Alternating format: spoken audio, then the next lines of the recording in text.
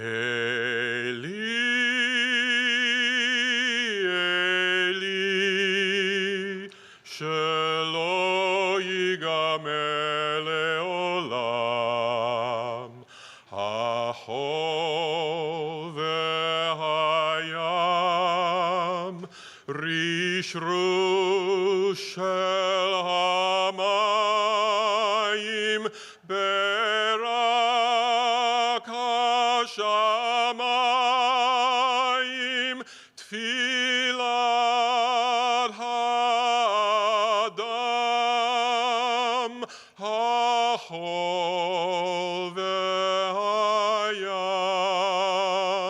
rishru shel hamayim, berak hashamayim, tfilat hadam.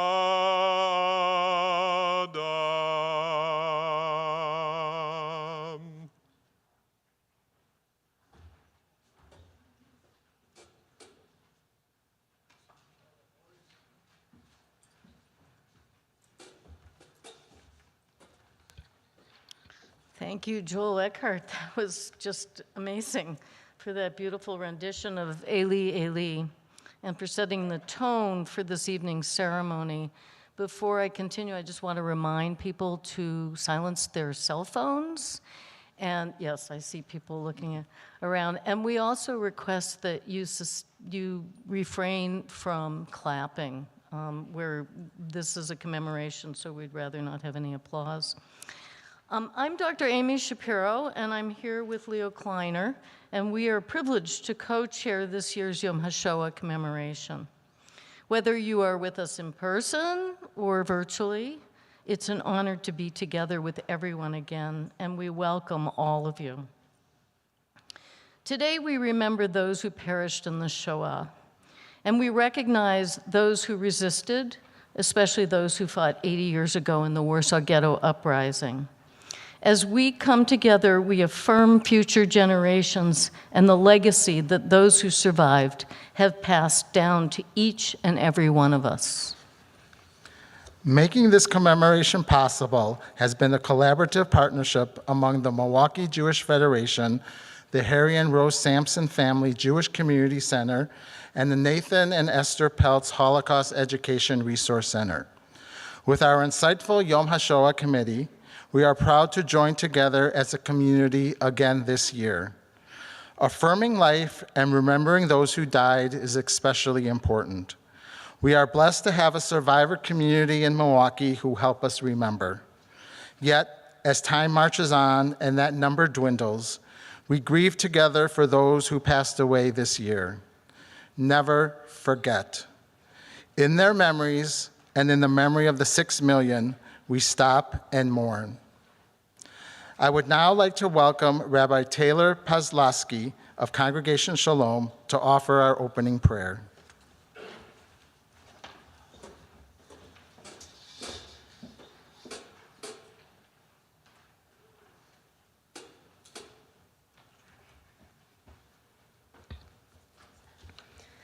A Shoah memorial prayer by Alden Solovey. Creator of all, source and shelter, grant a perfect rest under your tabernacle of peace to those who perished in the Holocaust, our fathers and mothers, our sisters and brothers, our rabbis and teachers, our neighbors and children, the named and the unnamed, whose lives were cut off by brutal, vicious, cunning, and calculated violence.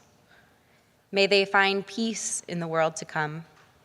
Remember the survivors who have since passed away, and the virtues of our people who've died at the hand of malice in every generation. We remember the works of their hands and the messages of their hearts. Bless the defenders of Israel with safety and strength, and the righteous of all nations who provide protection, shelter, and comfort to the Jewish people. Let their deeds be a source of favor in heaven and healing on earth. Put an end to anger, hatred, and fear, and lead us to a time when no one will suffer at the hand of another, speedily in our days. May the memories of all who faced these horrors be sanctified with joy and love. May their souls be bound up in the bond of life, a living blessing in our midst.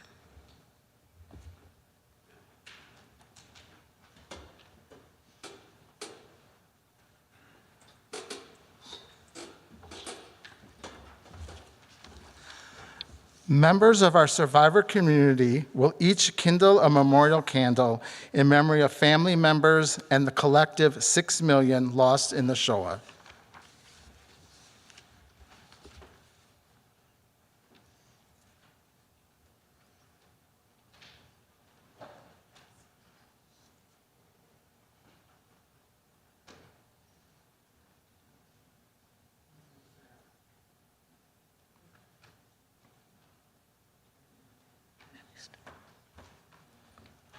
Eva Zaret was born Eva Klein on October 9, 1936, in Budapest, Hungary. During the war, Eva moved from house to house and ended up in the ghetto.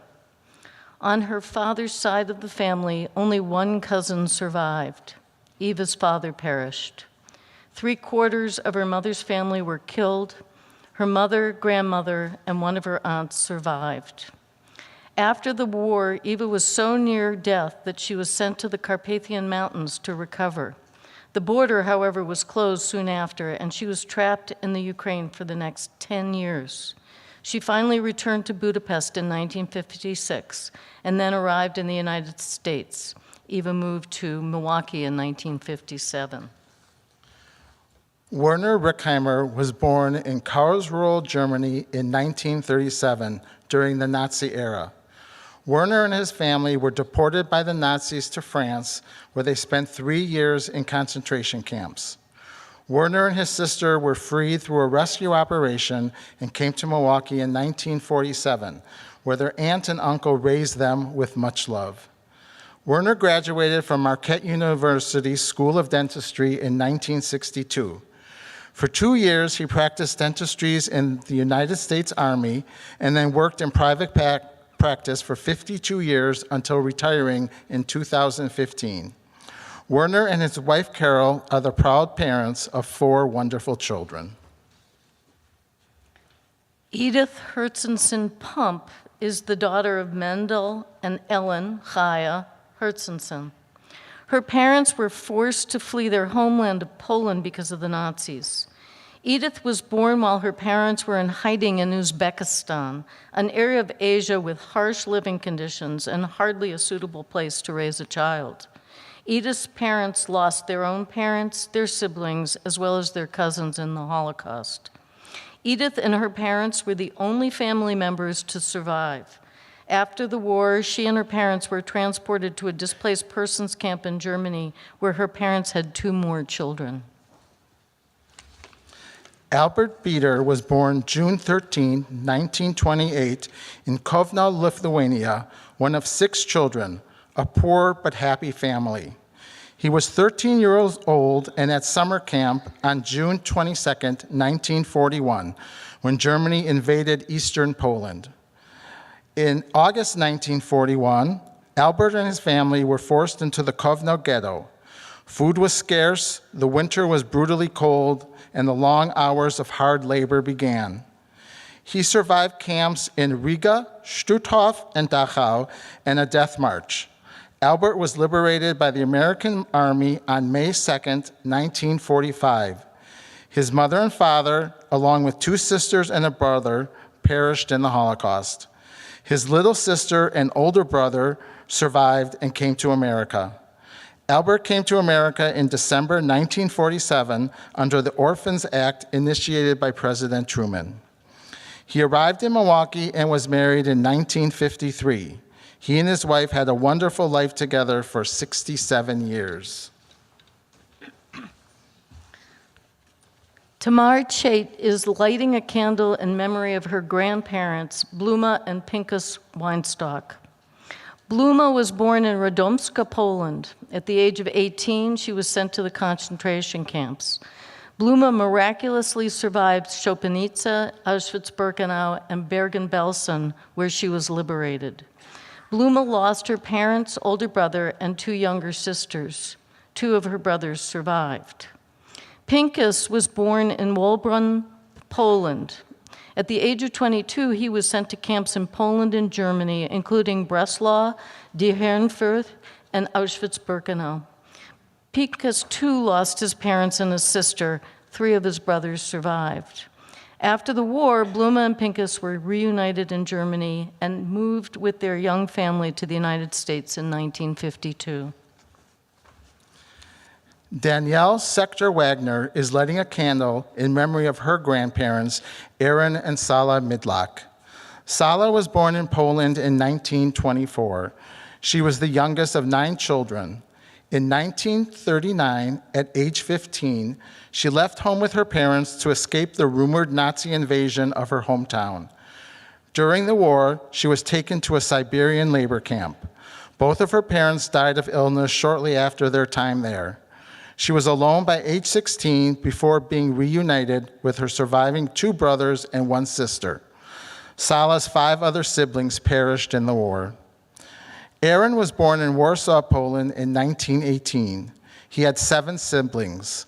Like Sala, he had a beautiful Jewish upbringing full of family, community, and celebration. During the war, he was taken to Wittenberg labor camp and then deported to Auschwitz. He was sent to numerous camps and last to Theresienstadt, where he was liberated. Aaron had no surviving siblings or parents. After the war, he was introduced to Sala through a mutual friend. They were married in a displaced persons camp and eventually settled in Milwaukee to be close to Sala's brother and sister who were already living here. Will all the survivors in the audience please stand?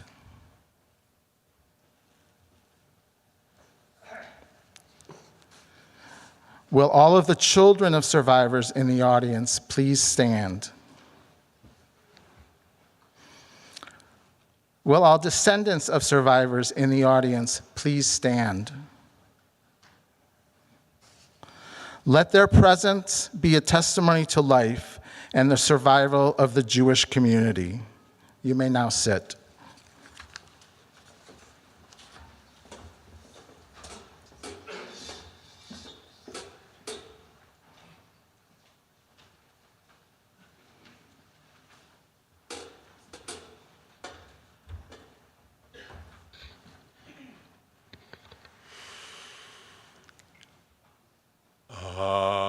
Ani Mamin, Ani Mamin, Ani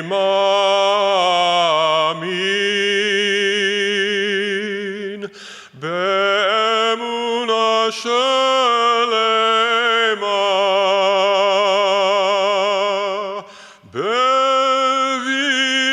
Beviat HaMashiach, Beviat HaMashiach, Ani Mamin, Beviat HaMashiach, Beviat HaMashiach, Ani Mamin. Ani Mamin, Ani Mamin, Ani Mamin, Be'emuna Shelema,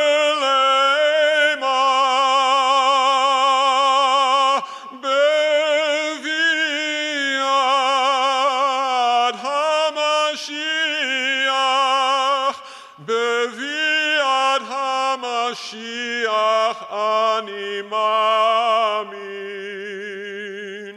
Ve'af al pi she'yitmamea, im kol ze ani mamin.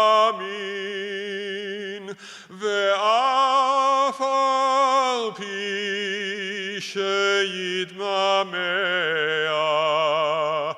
עם כל זה אני מאמין.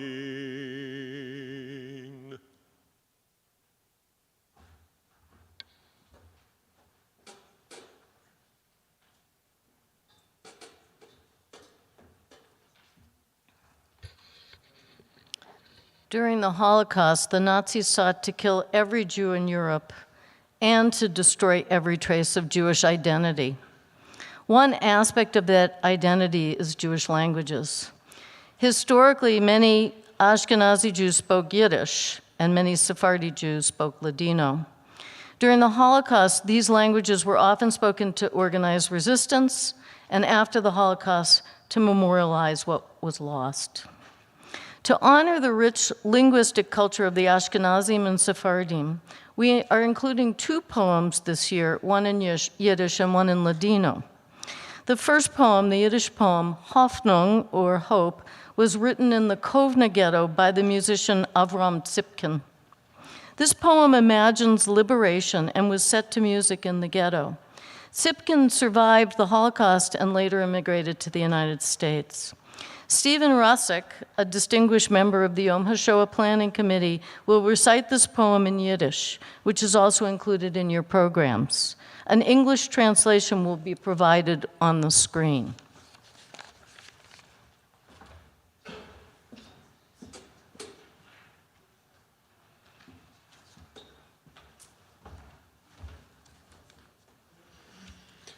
Nur nicht weinen Jid, es kommen bessere Zeiten. Ich seh schon das Lied von der Weit. Soldaten auf Pferd dort es reiten. Die Fahne, sie weit. Unser Schreck kein Klepp, kein Säumen. Wir weisen, die Zukunft ist hell. Die Sonne, sie mögen heint schäumen. Die Freiheit, sie wart auf den Schwell.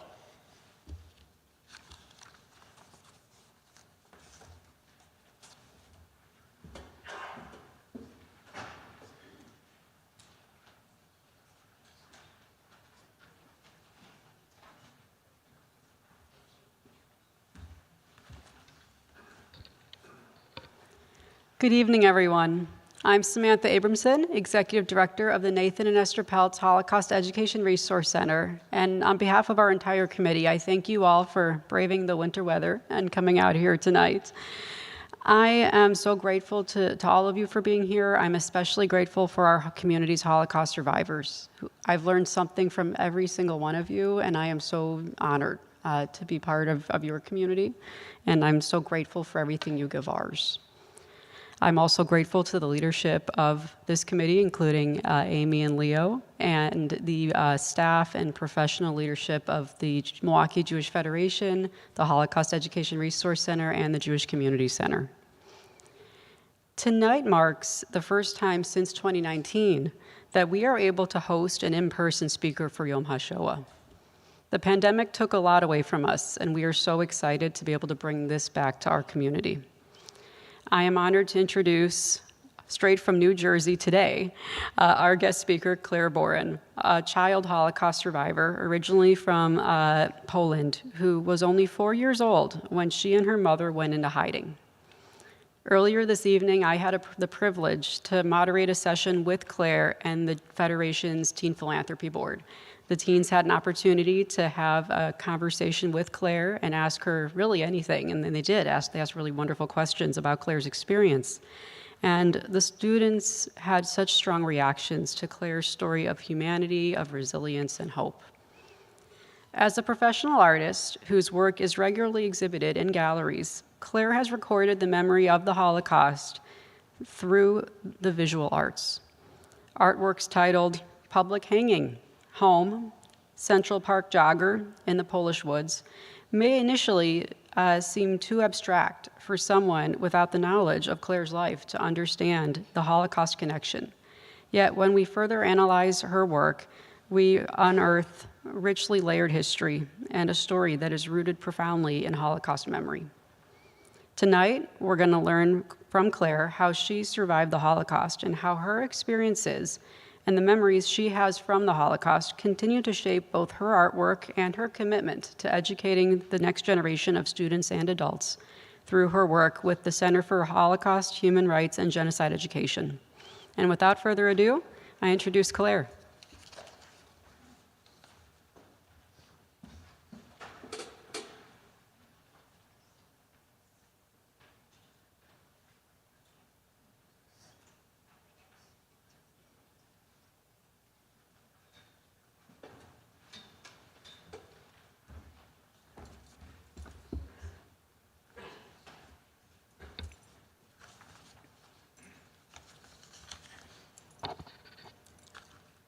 Today, we come together as a community to commemorate, to remember, and to mourn the 6 million Jews who were murdered in the Holocaust.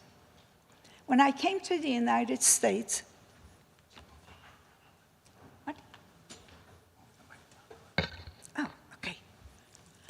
When I came to the United States at the age of 11, I wanted to be like everyone else. I wanted to become American very quickly. I cut off my braids, I removed my earrings. As an adult, without making a conscious decision, I did not speak or confront my childhood during the Holocaust. It appears I put a shield around me that said, "Don't ask." My past eventually confronted me through my art and enabled me to connect to my memories. It was only when I was attending a mixed media workshop, picking up different objects at random and putting them together, that I was surprised and shocked to see what I had created. It was an image of a public hanging. Slide.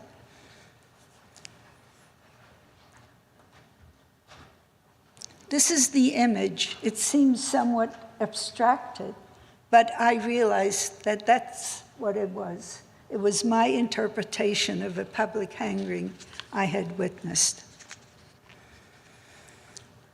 I continued to work after that, exploring my past. I realized that my memories are visual and emotional vignettes. I think that is because I was so young. I didn't have the adequate language to express the horrors. It is the emotional impact conveyed through my art that has enabled me to connect to these traumatic events. This is the story that I uncovered. I was born shortly before the war in the small town of Mizoch, Poland. It is now in Ukraine. It had a population of about 2,000 people. About half of them were Jewish. This is a picture of Mizoch before the war. Next. My family and I went back to visit Mizoch in '94, and this is the road leading into Mizoch. Next. This is the house that my grandmother lived, and in the back there was another house that I lived in. Next. This is the other house.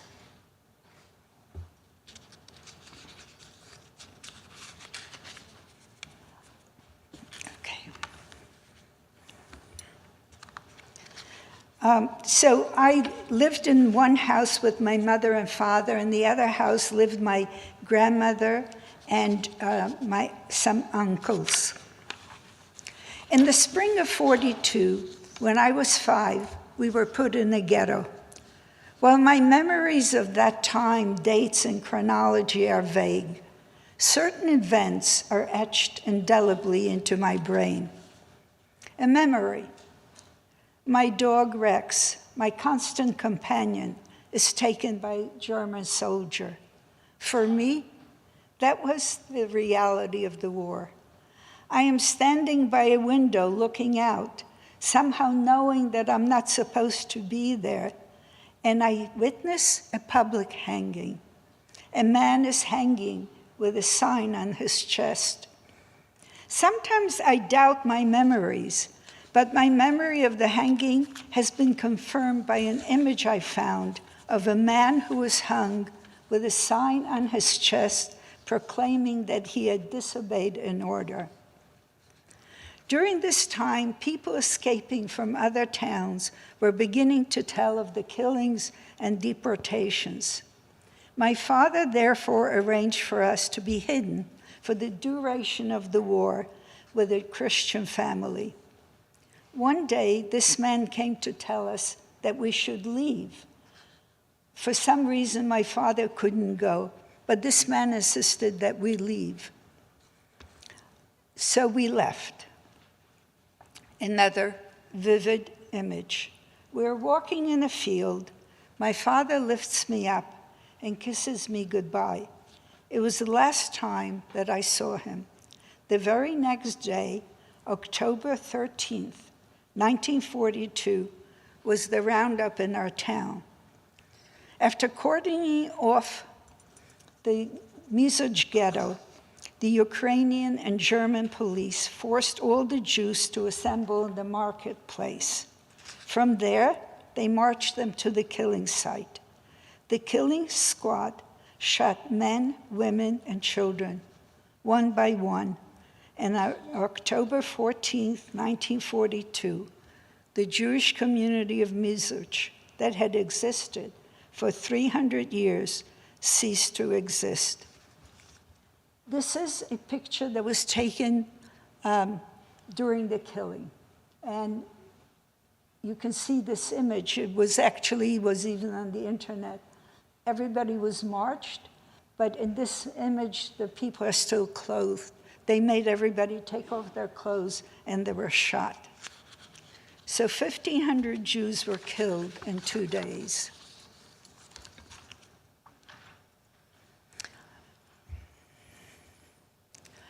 Of the 6 million Jews murdered in the Holocaust, we now know that 2 million were killed by mass shootings, by roving killing squads of German soldiers that went from town to town, and often regular foot soldiers who were also helped by the local police.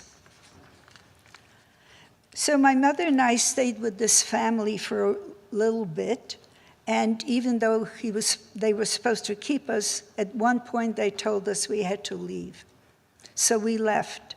And we were walking along on the road, and apparently I got tired, and I said I couldn't walk anymore. So my mother took a chance, and she just knocked on the door of this poor-looking farm. The people took us in. They dug a hole in the barn under a pig. It was just long enough and wide enough for my mother and I to lie there. It was pitch dark. At the beginning, my mother tried to entertain me by telling me stories, books she had read, or movies she had seen. But after a while, while she was awake, I was sleeping. And while she was sleeping, I was awake. So my days and nights got mixed up, and I retreated into a total fantasy world. Apparently, when we would come up at night to the farmhouse to eat or whatever, I must have behaved in a very peculiar way, because the people told my mother they thought I was possessed by some devil. Whatever it was, she realized we could not stay there, and so we left. And we went to a village where there were some people there who had worked for my family. When we got to the village, my mother just let me run around with the children. The only language I spoke was Polish. I didn't look particularly Jewish, so I was playing with the kids, taking care of the animals, and I retained my sanity. But my mother could not pass, so she was concerned. We were told that somehow there were some Jews hiding in the forest, and so we got to the forest. In retrospect, I keep thinking, how did we find this group of people? But I didn't ask my mother when she was alive, and She has passed since then, so I don't know how, but we managed to meet up with a group of other Jews and also an uncle and 2 cousins of mine. So we were just living out in the fields, eating whatever berries there were. Sometimes at night, the adults would go into the farms and pick some vegetables. So the regular German army did not come into the woods, but the local population would come in, they would hunt the Jews and then turn them over to the Germans. At one point, some men came along and they claimed to be Russians. My mother recognized one of them being Ukrainian, so she realized that we were in danger. She said that there was another group of people hiding out, and if they would let her go, she would go get them. We left, and the rest of the group was all murdered. My mother and I and 2 other men were the only ones who escaped. Sometime toward the end of 1943, my mother decided to go back to our house to dig up the money and jewelry that my father had buried in the backyard. She felt that with the money, she would stand a better chance of finding someone to hide us. She left me in the shed, covered with a rough blanket. All night there was the bombardment, the artillery. It was, like 4th of July or something. I was terrified, and I remembered thinking, what would I do if my mother didn't come back? Years later, when I looked at my own 5-year-old daughter, I thought to myself, how does a 5-year-old think like that? So my whole time in hiding was 1.5 years, from October of 42 to the spring of 44. Next. Oh, this is a picture that I talked about, the hole. I created many images. I was never satisfied with any of them, but this was the only way I could convey the horror of that hole. This is a picture of my family. This is my father in this corner, a sister, and some uncles. Next. This is my father, my mother, and in that corner is my dog, Rex. Next. This is my grandmother with some of the grandchildren.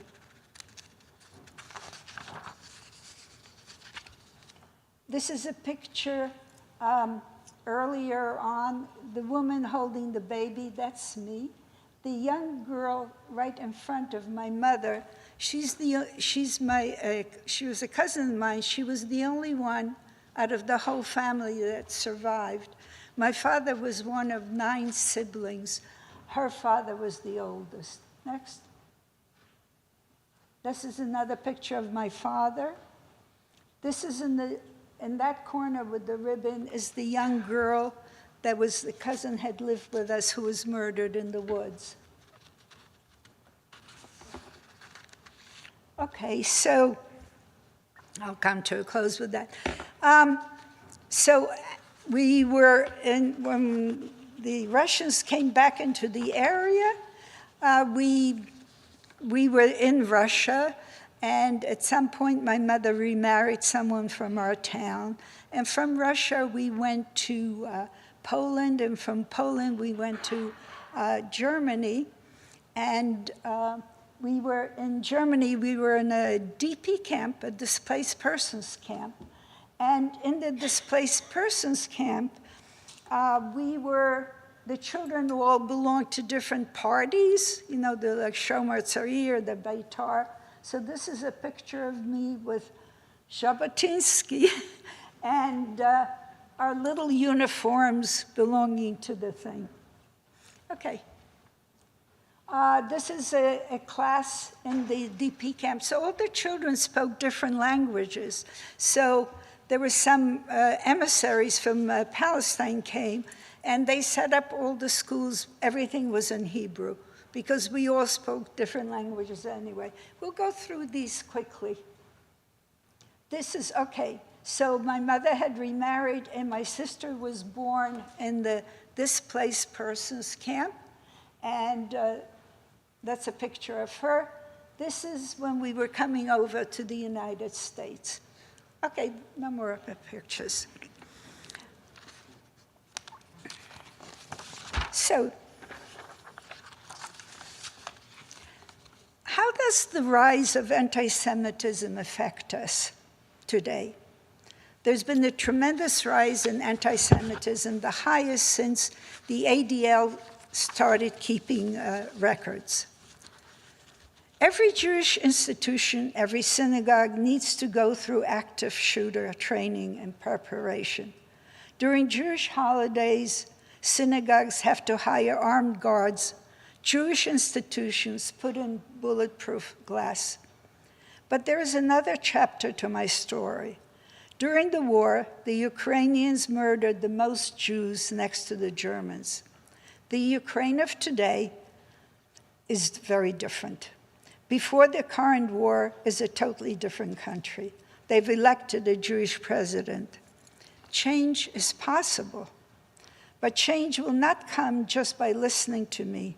Change will come only if every one of us, if every one of you sees that every person is treated equally under the law. The more so we have to work for justice, not only is narrowly defined by the law. We can start in our communities. Change can happen if we work together to make it.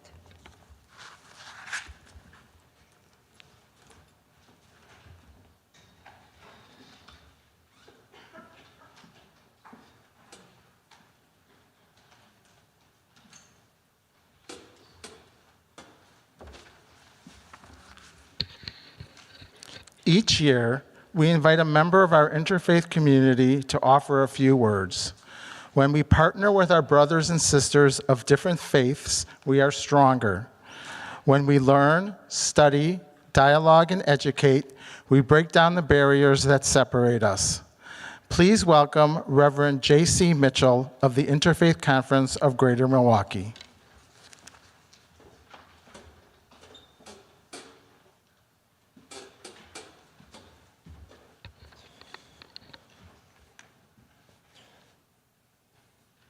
Thank you for letting me be here. I am Reverend J.C. Mitchell. I am the program director at the Interfaith Conference of Greater Milwaukee. Our executive director, Ahmed Qureshi, sends his sincerest regrets that he was not able to be with you this evening. It has been an honor working at the Interfaith Conference and seeing the work of all faiths to uphold all human dignity. This has been the attitude I have discovered from all the rabbis and Jews with whom I've had the privilege to work with this past year. There is certainly a concern of growing anti-Semitic acts on synagogues and individuals. We want to help stop such hate, and we will speak out against it every time. As a Christian minister, I am compelled to not wait for such horrific acts to occur. For such hate doesn't just pop out of the shadows are often cast by the dominant culture. Christians must reflect what shadows we cast, even with good intentions. This can come in the form of appropriation, such as your Passover Seder or other traditions and holidays. Another example is clergy not being clear about the nuances of the word Jew in our Gospels. There can be a tendency, too, for religious leaders to not confront poor theology that is present even in our more progressive churches. And while most of these churches and members are appalled at the anti-Semitic terrorist acts, they need to confront that we may have at times blocked the light of your great faith. These are conversations Christians need to have. And I am glad to hear of some of this work has started in different denominations across this area. It is our Christian responsibility to do this work, yet I am thankful for your assistance in the past and going forward in teaching about the beauty and meaning of your religious traditions and faith. In memory of all the lives lost and harmed during the Holocaust, I do pledge I'll work with the Interfaith Conference to not only denounce the acts of violence and hate, but we will also educate communities how to not cast a shadow that would allow anti-Semitism or any hate to grow. Thank you.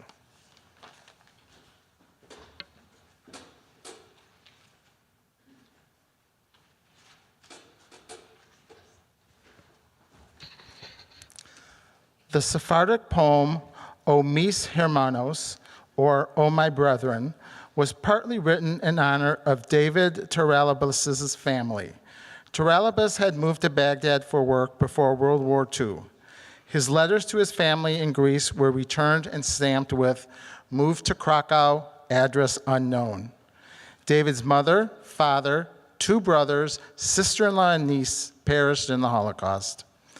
David's wife, Jenny, felt compelled to honor David's family as well as Greece's venerable pre-war Jewish community and to commemorate those who were murdered during the Holocaust. This poem was written in Ladino, sometimes known as Judeo-Spanish, the language of the Sephardim. Unfortunately, Kathy Wheatley is not able to join us. In her place, Marina Mahler will recite this poem, which is also included in your programs. An English translation will be provided on the screen.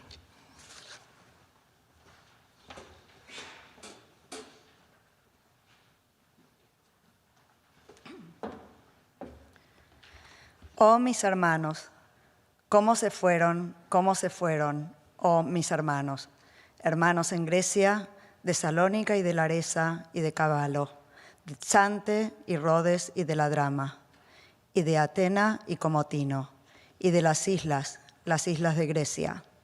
Si ya sabemos cómo guerraron como partisanes en Macedonia, y ya oímos del único que quedó vivo, al coraje revolto de Auschwitz 44. Oh, mis hermanos, solos muriendo, en tierra extranjera, un muerto cruelo. No vos olvido, tus corazones son con nosotros. Siempre, por siempre, en Tierra Santa, la Tierra Santa, Jerusalén.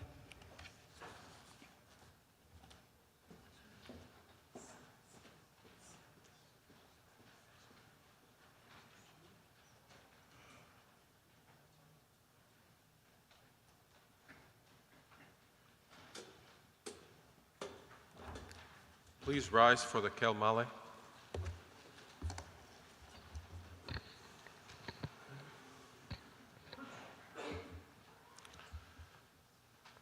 El Male Rahamim Shochen Bamromim Hametze Menucha Nechona Al Kanfe HaShechina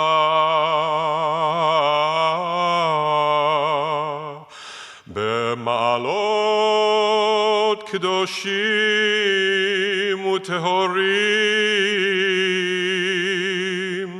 Kezohar Harakia Mazhirim Et Nishmot Acheinu B'nei Yisrael HaKedoshim HaTorim שנפלו בידי הרוצחים ונשפך דמם באושוויץ, מיידנק, טרבלינקה ובשאר מחנות השמד באירופה שנהרגו, שנשחטו ושנשרפו ושנטבעו ושנחנקו על קידוש השם בעבור שכל הקהל הקדוש הזה מתפללים בעד אזכרת נשמתם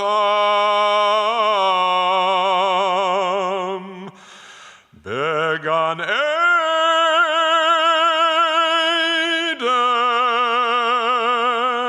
תהא מנוחתם,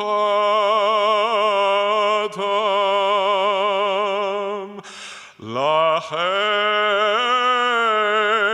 בעל רחמים יסתירם בסתר כנפיך לעולמים, ויצרור בצרור החיים את נשמתם.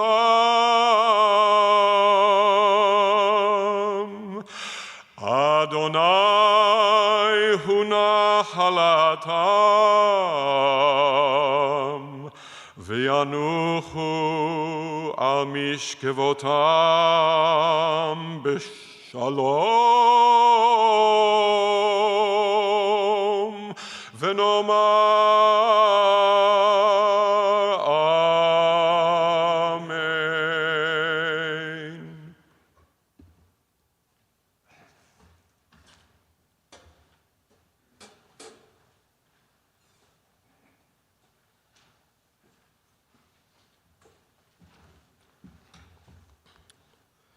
יתגדל ויתקדש שמי רבה, בעלמא דברה חירותי וימליך מלכותי, בחיי חון ויומי חון, ובחיי דכל בית ישראל, בעגלה ובזמן קריב, ואמרו אמן.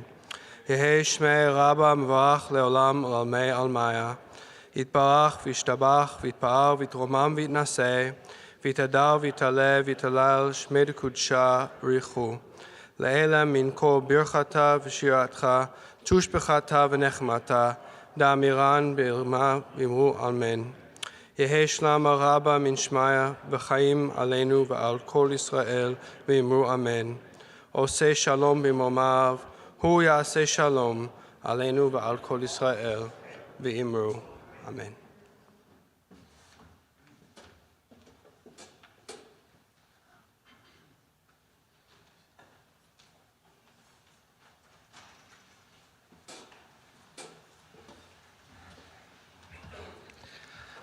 Good evening. My name is Uriah Roth, and I'm the community shaliach. I was 17 the first time I was actually on a plane. My first flight from Israel was to Poland, to Warsaw, with a group of 120 boys, all from my yeshiva. To tell you the truth, 26 years later, I'm not sure the first time you leave Israel, your first time actually traveling, Poland should be the first stop. But I remember then that it was, it was a thing that everyone is going to Poland. Like you're a 17-year-old, you're 11th grader, we all going to Poland. Every year before Yamim, before Yom HaShoah, Yom HaZikaron, I'm searching social media to see what people in Israel are actually talking about when it comes to those ceremonies. I feel like this year the number one topic is about those delegations, those youth trips to Israel, from Israel to Poland. And I have to say that it was always a little bit controversial. It was always a little bit of like, the question was, what kind of memories or what kind of experience when it comes to the memory of the Holocaust we want to give to our children and our grandchildren. And I have to say, as years goes by, it goes from telling personal stories or talking about your family, it goes to actually to a historic event. And the thing is, I don't think that even in Israel we have a solution or we know what's the right thing. But I do know that we keep exploring, we keep searching, we keep asking. Because the truth is, Yom HaShoah is not about anyone who is here in this room. It's about how 50 years, 60 years, or 100 years from now, how do we make sure that there's not just one room, there are dozens of rooms here and in Israel that people asking, talking about memory and about the Holocaust. Thank you very much.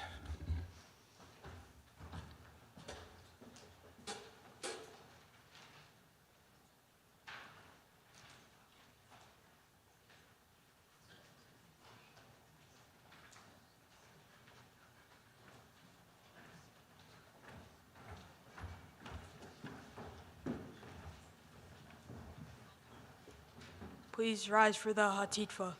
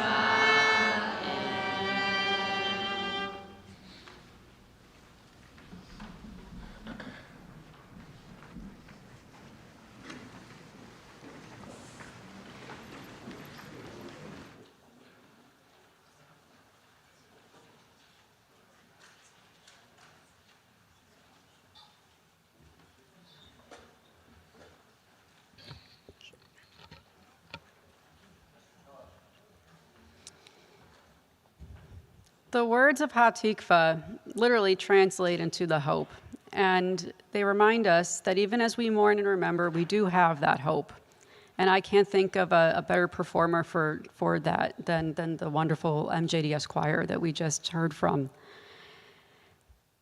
Tonight, we have all, and I'm looking at the room and it is full, we have all shared an experience that future generations will not have.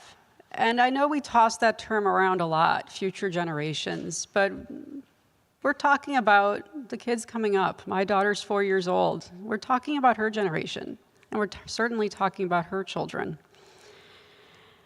Our last living witnesses to the dark chapter in our history known as the Shoah, they're all passing on, and we are left to grapple with the challenge.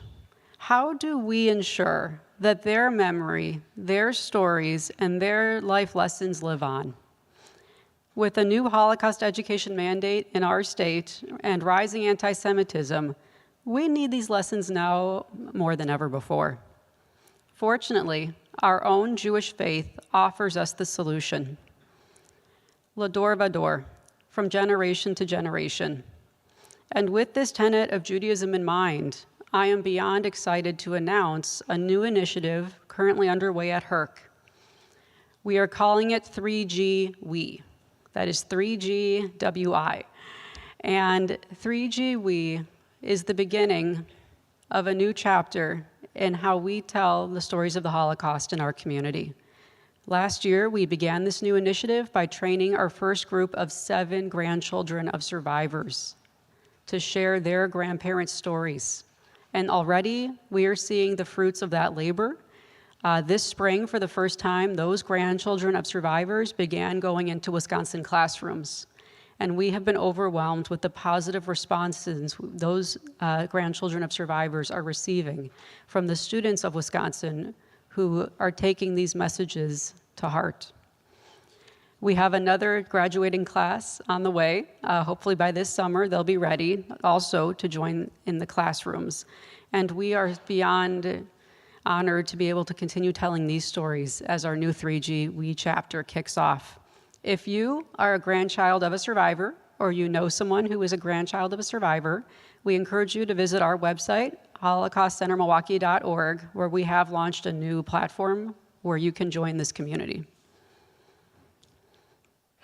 With another class in training currently and so many more we know are going to follow, the future for Holocaust remembrance and education in our state shines bright.